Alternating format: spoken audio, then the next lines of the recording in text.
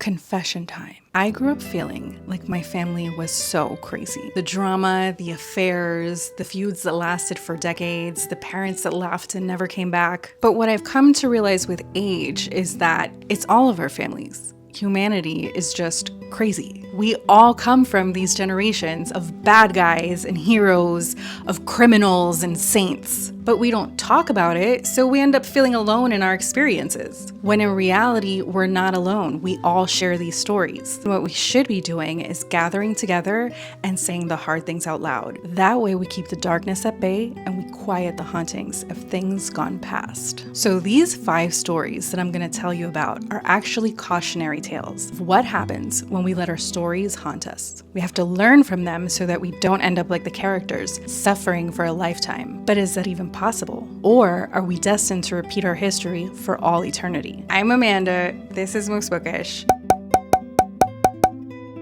Before we get started, I'm going to need you to hit like and subscribe, or else I'm going to haunt you.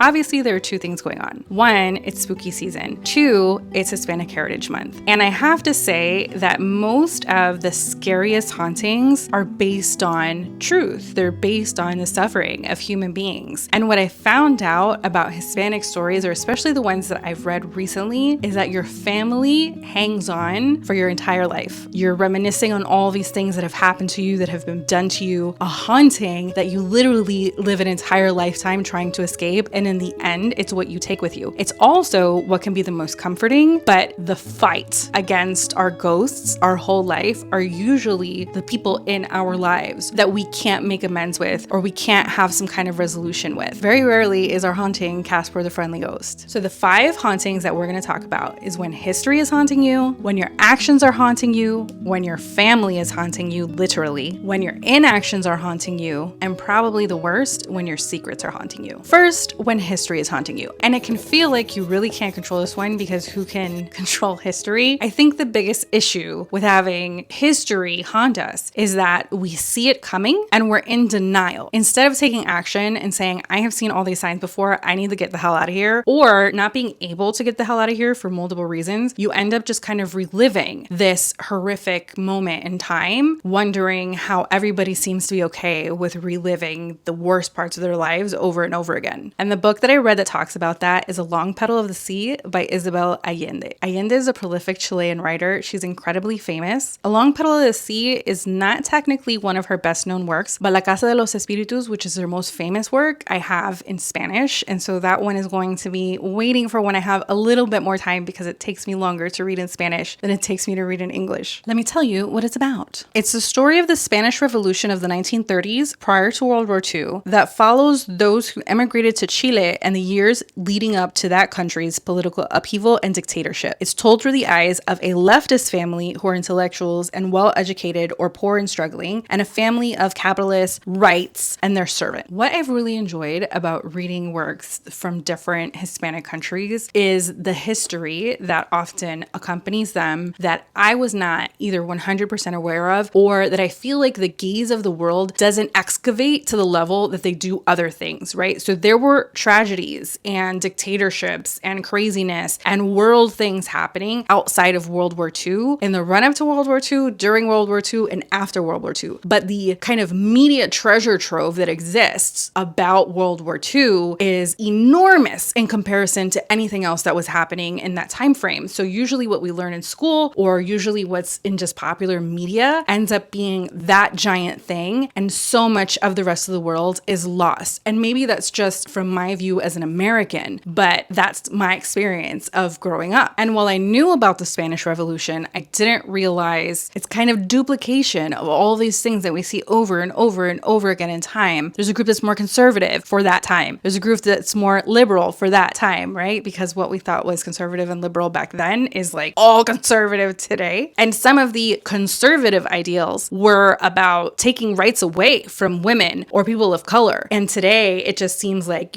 horrible excuses, and the current conservative or liberal views are the ones that seem like ideologies and not imperative to humanity. And in 100 years, they will be obviously that, right? I gave this one a 3.75. It was really well written. I really love the history. She weaves in multiple actual historical figures throughout the family's saga, both of the families that are included in this story. The stop I get to of it not being a higher Panda rating is that the characters, while I like them, they end up being kind of these one-dimensional figures. She's describing how people can kind of take these stances in life that are maybe radical and divisive, but she kind of brings them back to two-dimensionality by the end of it, where they're their tropes, right? Like maybe if you're radical when you were young, but your family was wealthy and you're kind of rebelling against them, by the time you're old, you've settled into the security of your family's wealth and you've kind of become one of them. And while that's probably the usual thing, right? Tropes are tropes because they speak to reality a lot of times. They still left the story not feeling as based in reality as I would have liked, or maybe not as complex as I would have liked. They let go of all of it, ideals, guilt, everything. The reason why this is history haunting them is because the Spanish Revolution is happening in the 1930s in Spain. They live through this sort of class and ideological struggle that leads into a revolution where one side has power and ends up subjugating the other side. The side that is subjugated, there's a group that manages to escape and is taken to Chile by a famous poet of that time, Pablo Neruda. And it's an actual journey that happened. It was a voyage with a bunch of immigrants that were taken to Chile that were embraced by most of the population. And they started over. They had new lives. They felt kind of protected from what was happening back in their country. And then they watched World War II unfold and the crises across Europe. And they were just grateful that they were able to have made it so far away when these stirrings of class division, of ideological division start happening in Chile. Our characters see the signs, but they keep thinking that can't happen here. There's no way that would happen here. We're just too proud of our country, find a way to find a common ground. It would never be us. And guess what? It ends up being them. There is a military coup. There's a group of generals that take over the country and they live under a dictatorship for quite a long time. At the second go round, the characters are older. They thought that they had survived the worst. They're thrown into turmoil and trauma when they're having to live through some of these other difficult times again. Some of them make it out, some of them don't. There are echoes of what happened in Spain and that the wealthier are touched less by these happenings than the non-wealthy. And I think in the end, everybody just realizes the only thing they can do is try to survive. If they make it or not is out of their control, but as long as they're here, they're going to keep trying. How do you escape a historical haunting? This, I do not know. I do not know if this cautionary tale is avoidable. I don't know if you get on a boat or a plane or a train and you go somewhere else, if it won't just follow you, like literally happened in this story. And then do you spend your life running from place to place to see if you can finally be safe somewhere? Is there safety anywhere? I think the only real escape is for humanity to realize that they keep haunting themselves over and over again and make different choices. I will leave that up to you guys to decide if that's a reality that's even possible. In Where There Was Fire by John Manuel Arias, we take a look at what happens when your actions haunt you.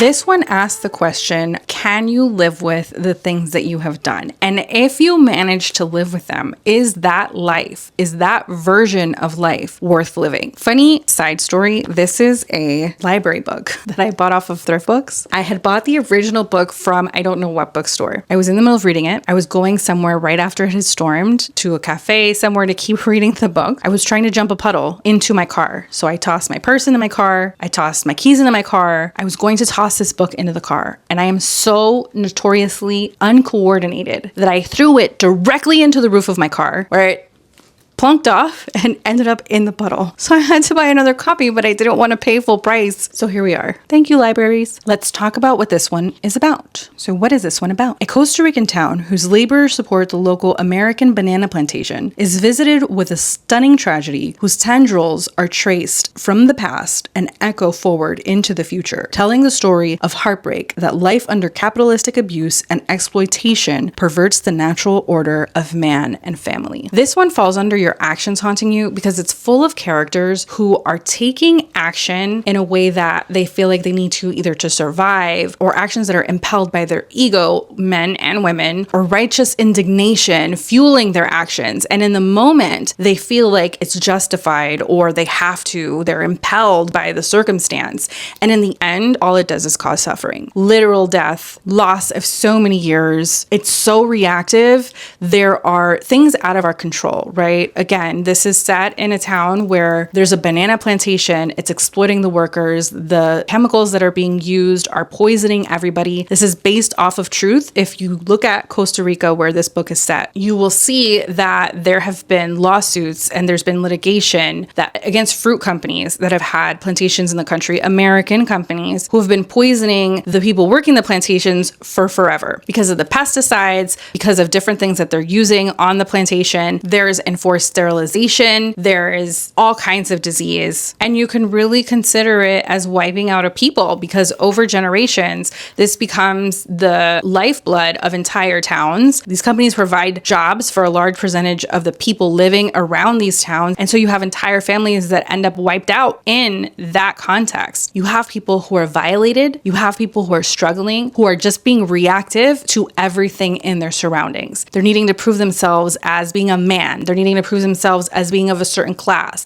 They're needing to prove themselves as being worthy. And those actions have ripples that they are not conscious of until they're either gone, until they've committed an atrocity, until they've lost everyone that they care about, until they're old and almost gone and have nothing left. And so this is one that I feel like you actually can take action on. You can look at a cautionary tale and say, I might not be able to control all of the circumstances around me. I might be in a situation that's completely out of my control. What I can control is my reaction to that situation. And sometimes that's easier said than done. Sometimes the things that have happened to us are so traumatic that to be able to control how we're reacting is almost impossible. They're kind of animalistic reactions of survival or animalistic fight or flight. And some of that takes practice. The thing that unites all of these stories is that they're so rich in family. It's a blessing. It's a foundation. It's a source of survival. And it also can be a curse. And working through all of those things happening at once sometimes leaves us completely alone. And that ends up being the worst type of crisis for every single one of these characters. It is better to be miserable with you, because being without you is a bunch of nothing. And who wants nothing? I gave this one 4.25 pandas. It is so heartbreaking. The story is propulsive, and you're wondering what is the truth of what happened, why these people did the crazy things that they did until the very end. Only thing that I will say is that there were actions that some characters took that felt so irrational given the things that had happened to their family that I just didn't like it. It could totally be realistic. People react to horrible things by isolating and continuing the harm all the time. All the time. It doesn't mean it didn't frustrate me. I was like, what are you doing? What are you doing? You learn no lessons. You've watched all this damage. You watched all these people be crazy. You've watched all these people do all these bad things, and you learned no lessons. And mind you, the person who learned no lessons was a therapist. I was upset. It was a really good story. The third haunting is your family haunting you, literally. It is Olga Dies Dreaming by Xochitl Gonzalez. She is Puerto Rican. This one was so close to my heart because it is such a perfect picture of being an American Puerto Rican, the ties that bind you to that island, whether it's first, second, third generation, the ties that bind you to this country, they are all so deep. They are so important to you, and they are so suffocating. It is never being completely of one thing. It is being at a family gathering and dancing to bachata and salsa and Frankie Beverly, and it is amazing, and it will drive you crazy. Let's talk about it. Olga is a kind of American success story to her Puerto Rican family. Classy and brushing elbows with rich Americanos through her party planning business, with a brother active in politics and a bright future ahead. But these successes hide their unhealed wounds of a dead drug addict for a father and an absent mother, while they're tied here by their upbringing and tied there by their grandmother and their family. Also, it's kind of a rom-com, but much more complex. There's a bit of a Made in Manhattan romance romance happening in there somewhere. I wrote that Olga's on a journey to figure out how to let go of her mother's expectations and how to find a path to her true self somewhere in between the armor she's built and the woman she wants to be. I felt seen in so much of the family dynamics. In this one, her family literally haunts her. Her mother abandons her when she's a young girl. She gets raised by her grandmother, and the story is part epistolary, where throughout her life, her mother is sending her these letters in the mail about life and where she thinks she should go. And her mom knows all of these things about what's happening in her life, and she gets very specific about the advice that she's giving her. She also sends these letters to Olga's brother, and so they have this kind of strange relationship with their mother, who happens to be a revolutionary who started out as a young revolutionary with their father before he became disenchanted and ended up a drug addict. He dies when they're still fairly young, and then the journey of their lives of kind of trying to be normal, trying to be successful, trying to be this ideal continues while their mom keeps sending them these letters telling them to watch out for capitalism, telling them they have to beware the system, beware all of these trappings of the world that they're in that will lead them off of the path of their pride, their Puerto Ricanness. But she's never there to actually show them what that means. She's never there to be a parent. All she is kind of this voice that traumatizes them. That's almost like the voice in the back of their head telling them that they're not enough or that they're wrong, but there's no affection there. It's just judgment. I do not like their mother. I don't know if you can tell. And they really struggle to get out of this mindset. I mean, they're both in their 40s and they're still being haunted by this woman. I do not like her throughout the entire story. There's only one letter that she wrote that I was like, that might have been the best explanation of that I have ever heard. It is phenomenal. I'm going to read it to you. Have I been holding the wrong fucking book this whole time? I've been holding the wrong book, guys. Why didn't you tell me I've been holding the wrong book? Okay, so this is a book I'm actually talking about. Jesus Christ. Her mother writes, Querida, lately I've found myself thinking about the role of women in the world and the important part we play in forcing hands of power to create change. No matter where I've traveled, women, when given space, have excelled at organizing and improving their communities. We're born with barometers in our belly that make us more sensitive to the climate around us, and because we're so often on the lowest rung of the ladder, we're naturally inclined to look out for the least among us. Since we're also burdened by domestic tasks, we're forced to be more efficient. In a woman's world, time is the most precious commodity, and we don't have it to waste. Of course, the problem is that we don't live in a world just of women. Not only do men exist, but we are drawn to them, and for complex reasons, they do not treasure time in the same way that we do. It may have to do with an inability to face mortality or needs of ego, or maybe it simply has to do with the fact that they don't hear the ticking of a biological clock. What I can say with certainty is that a man has no problem wasting time, especially that of a woman, and they manage to do so in such insidious ways we often don't notice that it's happening until it's too late. Sometimes it looks like passion. They adore us, they treasure us, they want to be with us in the morning, every night, on the weekends. We, our hearts open, eager to give that love back, and warmed by the light of their admiration, comply. We make ourselves available at their convenience, never giving another thought to what we might have done with those moments, hours, and days had they not asked for them. We justify it by saying, but what's more important than love? Never remembering that when they ask for your time, it's always before and after they've accomplished what they wanted to do with their day. Sometimes it looks like being supportive. They trust us. They need us. They feel we understand them. They believe we make them better. We, overflowing with capacity to care, flattered that we are so special, so chosen, so intellectually equal and necessary, we again comply. We put our energy, our tremendous energy, into strategizing how to achieve their dreams, how to help actualize their vision, not realizing that the size of their ambitions blocks the light with which to see our own. Sometimes love looks like being a savior. They seem lost, confused, without direction. We, ever optimistic believers in change and the power of unconditional love, again comply. We give them guidance, we offer discipline, we go so far as to loan them our vision until they can find one of their own, all while our own dreams gather dust. This was in a letter to tell her that some guy that she was interested in wasn't good enough for her, but clap, lady, clap. This is a hard haunting to survive, right? The power that our direct parents have over us, no matter how absent or present they are, no matter how damaging they are, no matter how much our thinking self knows that they're harming us, it's really, really difficult. And this one can take a lifetime to overcome. But sometimes even the people closest to us have to be let go of, because this woman ends up showing her over and over again that she cares more for this ideal than her actual kids. And the worst kind of haunting is being haunted by somebody who never even cared about you to begin with. I gave this one 4 pandas. It's really good. I had so much fun reading it. I felt, again, so seen. Very rarely have I read in my life stories that are straddling the middle, this middle space of where our people came from and where we are today. And more, I'm finding stories like this that I can relate to that erase the haunting of so many stories lost as I've lost family over the years, as my family has spread out and there's less of the celebrations that we used to have and less of the type of family life that they brought from the island. And so when I find these books, it feels like a little bit of home. It feels like a little bit of my family. Earlier, we talked about our actions haunting us. Now we're going to talk about our inaction haunting us.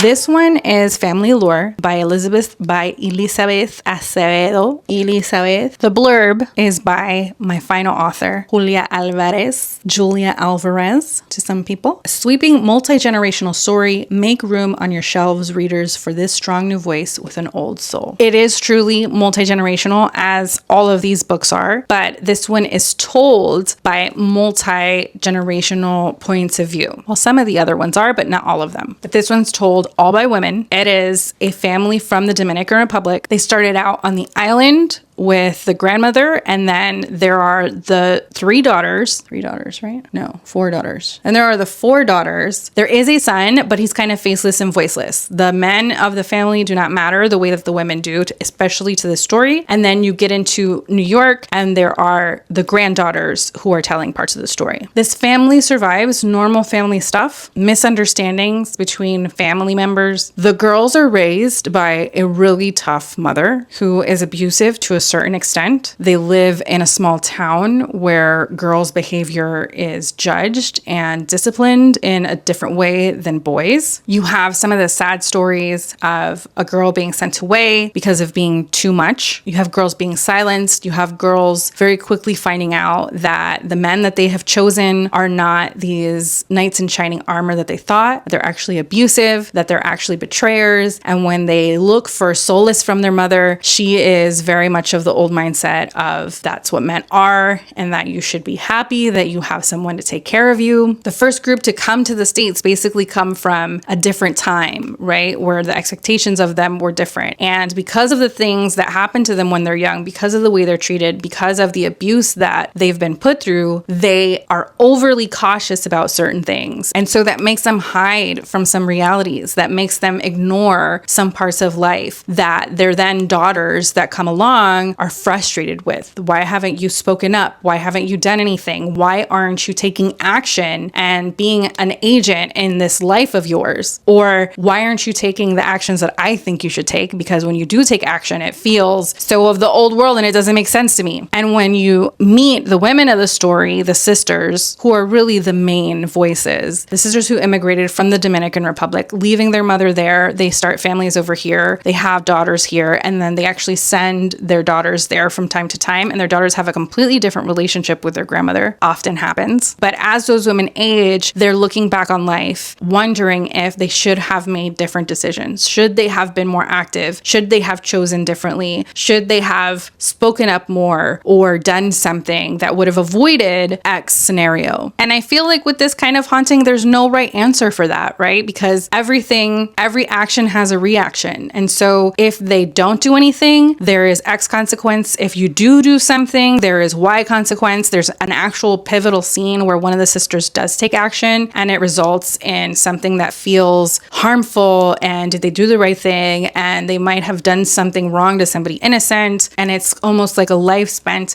in fear of doing something that when you finally do something, it's overdoing it. The oldest sister decides to throw a living wake, and this opens the door to reflections on the past, their journey to this point, and the different perspectives of each of the women in the family. I gave this one 3.75 pandas. I love that it's told solely from a female point of view, and it holds so much space for the mystery surrounding our mothers, our grandmothers. They came from a time where it wasn't so easy to excavate how they were feeling and break down the psychoses of the decisions that they've made and what that means, or what kind of harm they've done or help they've done to the generations that came after. It was just kind of like I was surviving and doing what was expected of me, what why are you asking me to make this sound more complicated than it was? However, even though they can't explain the whys and the whats of the things that happened or the actions that they took, the traumas or what's left over from those decisions still affects the next generation. And that next generation is frustrated with this inability to get to a place of understanding. However, at the same time, the next generation is able to survive better because of having been raised by these women, by these strong women. So much of these stories are about life, they're about death, they're about letting go, they're about moving on, they're about the reality that no matter who you lose and how far you go, you take everybody that came before with you. And when you go, you're going to take them with you too. And there's something incredibly beautiful about that. The Last Haunting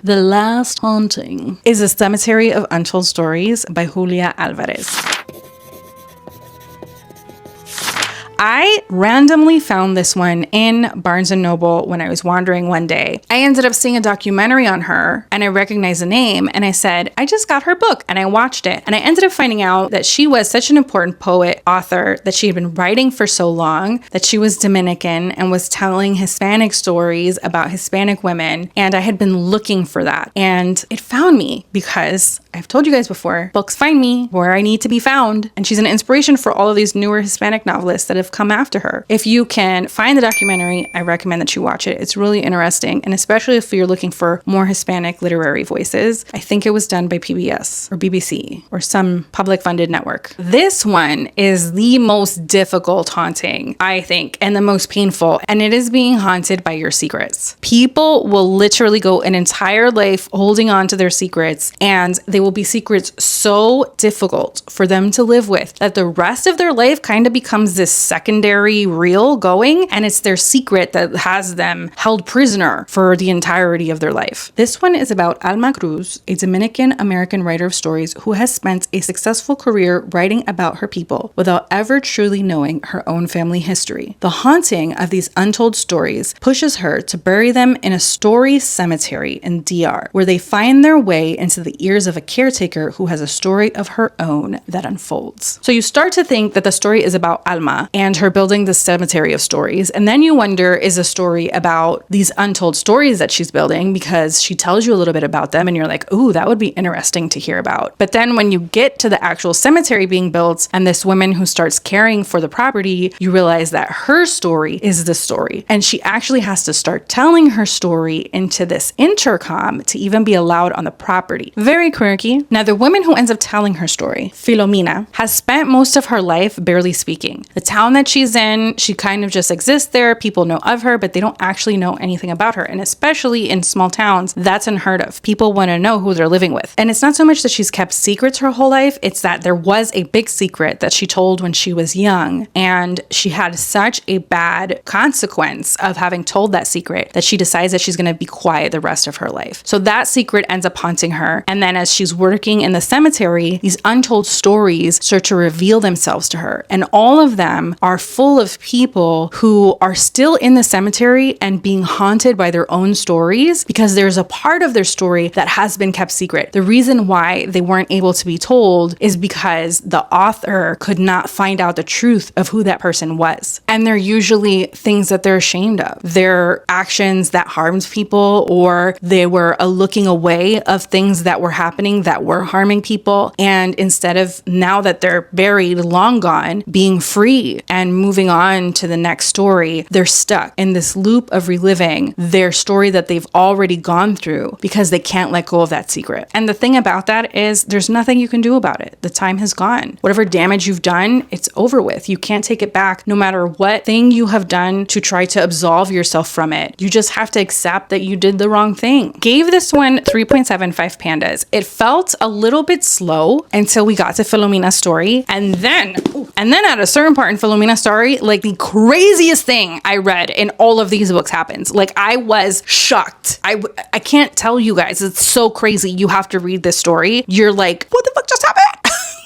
It might go down as the most unexpected thing I've ever read inside of a book. The thing with it though is that after this unexpected thing, more stories start unraveling. You start to see the connections between the stories. It has this opportunity to really get to a central place, and it doesn't ever really feel like it gets there. All the different threads kind of seem to wander off on their own, and I don't really love the closing of any of those threads. She's another one where this is not her most well-known book. I believe her most well-known book is the one at the bottom, In the Time of the Butterflies. And so that is going to have to be my next one of hers that I read. I feel like these stories felt haunting because these stories talked about people being haunted in many different ways. But I think they also felt haunting because they felt so familiar. The things that as a family, society, culture, we put ourselves through or survive or try to get past are so universal, and you would hope that since they are and that they've happened before, that you can avoid them more and thus avoid the pain and the tragedy more. But unfortunately, human beings are just fated to relive the same scenarios and repeat the same things so much. Each of us can just do whatever little bit we can from the place in our life to be a better son, daughter, family member, mother, friend, to try to haunt ourselves less, to hopefully not be haunting anybody else during this spooky season. May the hauntings of your life be more Caspers, more green witches on brooms, and less the people and difficult times that you have survived. While these family stories were complex and they were heartbreaking, I am so happy to have found them. There's so much of my people's history that I feel like is missing. There's so much of our stories that I wish were told more. The one that I had thrown in the water by accident, I looked it up at my library to try to get it on ebook, and the title didn't even come up, and it came out just in 2023. Like, it's not even old. Somebody's library had it though. I want more of our stories. I want more of our stories in the good times and the bad times, full of families, full of joy, full of sadness, because that is who we are as a people. We are not a caricature. We are not a villain. We are not a siren. We are people. Our stories deserve to be told. I hope you enjoyed me haunting your screen a little bit. I hope you come back for the next one. It is going to be actual scary stories, but silly scary stories, because I don't love like the Stephen King actual like gory scary things. I love like Halloween in a coffee shop kind of scary. And so if that is your kind of scary, then I'm gonna see you here next time, book friends. Like, subscribe. I said it twice in this video. I'm doing so good. Come back and be haunted by your bookish friend. Ooh, ah. Bye guys.